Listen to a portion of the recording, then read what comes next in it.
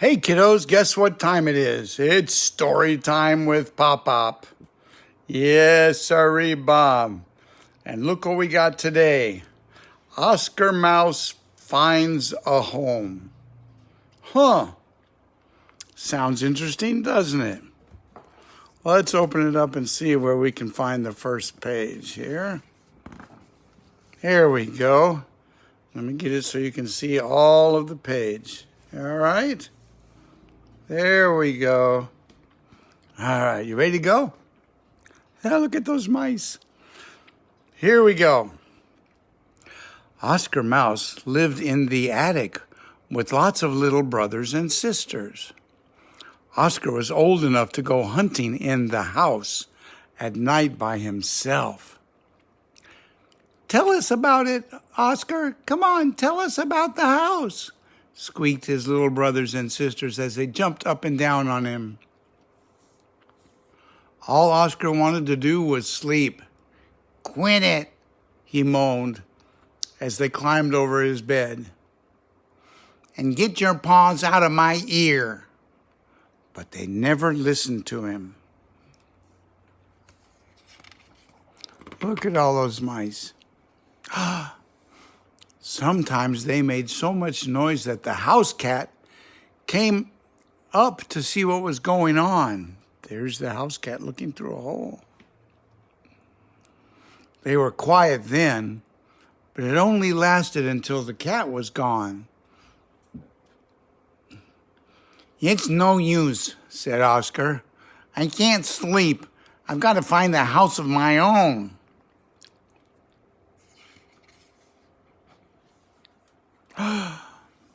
On Monday, he searched the rafters and found a big pile of straw and feathers.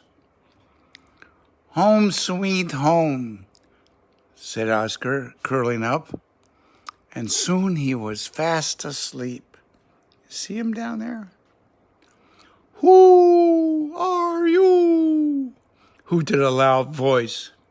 And what are you doing in my nest? Oscar stared up at two enormous yellow eyes and a very sharp beak. Uh-oh. Please, he said, I'm looking for a new home. Move in with me by all means, said the owl, wiping traces of fur from his beak. Do stay for dinner. No, I don't think I'd like that, said Oscar. Fast as a whisker, he scurried through the dusty attic back to his noisy brothers and sisters. On Tuesday, Oscar found a large, dark room. In the middle of the floor was a high, soft bed with a cozy heap on top of it. There was no sign of an owl anywhere.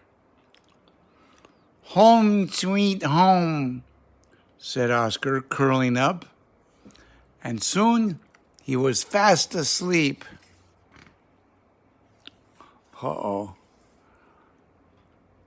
What's that? Muttered the heap. It opened its huge mouth and started to snore like a train. Oscar tumbled off onto the floor, very surprised. No, I don't think I like this, he said. Fast as a whisker, he scurried back to his noisy brothers and sisters. On Wednesday, Oscar found a white, shiny room.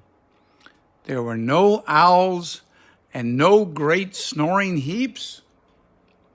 He skated along a marble shelf beside a mirror. At the end of the shelf was a soft powder puff in a round pink bowl. Home, sweet home, said Oscar, curling up in the bowl. Look, there you can see him.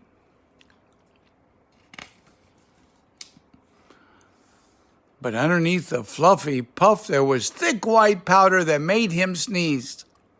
Achoo, achoo, achoo, howled Oscar. He fell out onto the shelf and sat up.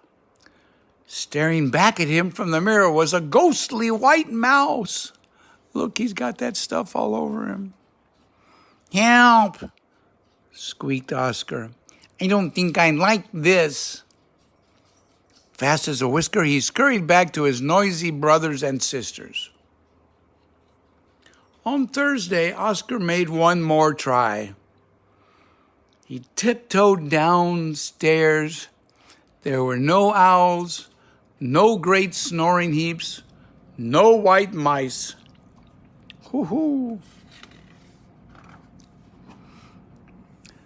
There was a table, some chairs, and lying on a sofa some very strange animals. They stared. Oscar stared back. "No, I don't think," he began, when suddenly the door opened and a pair of feet walked in. Fast as a whisker, Oscar wriggled in among the very strange animals. Oh, look, where is he? He's hard to see. Is that him down there?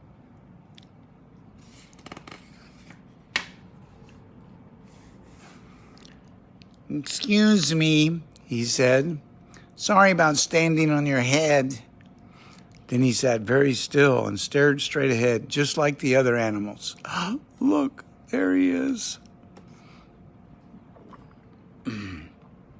"Time for bed," said a voice, and one of the very strange animals was lifted up. Oscar hardly dared to breathe until the feet had gone, shutting the door. Ooh, Oscar, that's a close one. "I know I don't like this," said Oscar firmly. He looked around for somewhere safe to spend the night. In the corner, another door stood slightly open.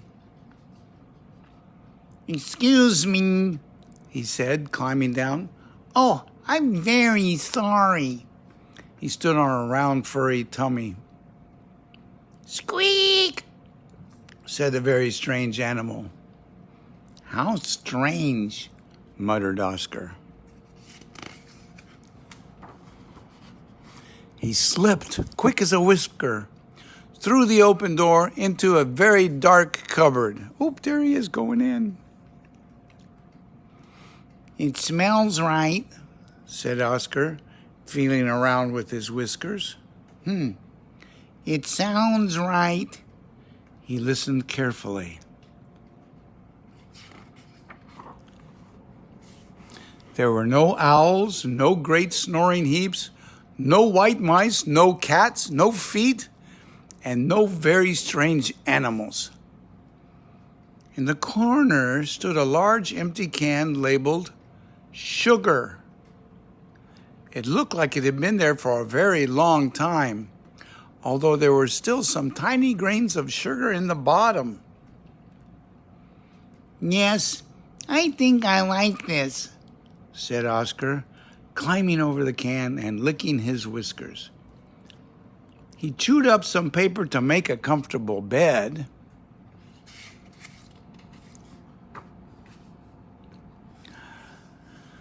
Look at him. "Not bad at all," said Oscar. "I might even invite everyone down for a party. But only if they promise not to stay." Oscar licked his sticky, sugary paws, closed his eyes and curled up in his new bed.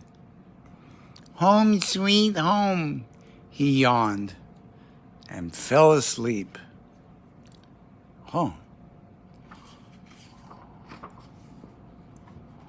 He made it. He found the place. There he is. Oscar the Mouse finds a home. Well, I hope you liked that, kiddos. I'll see you again soon for another story time with Pop-Pop. But for now, this is Pop-Pop saying bye-bye.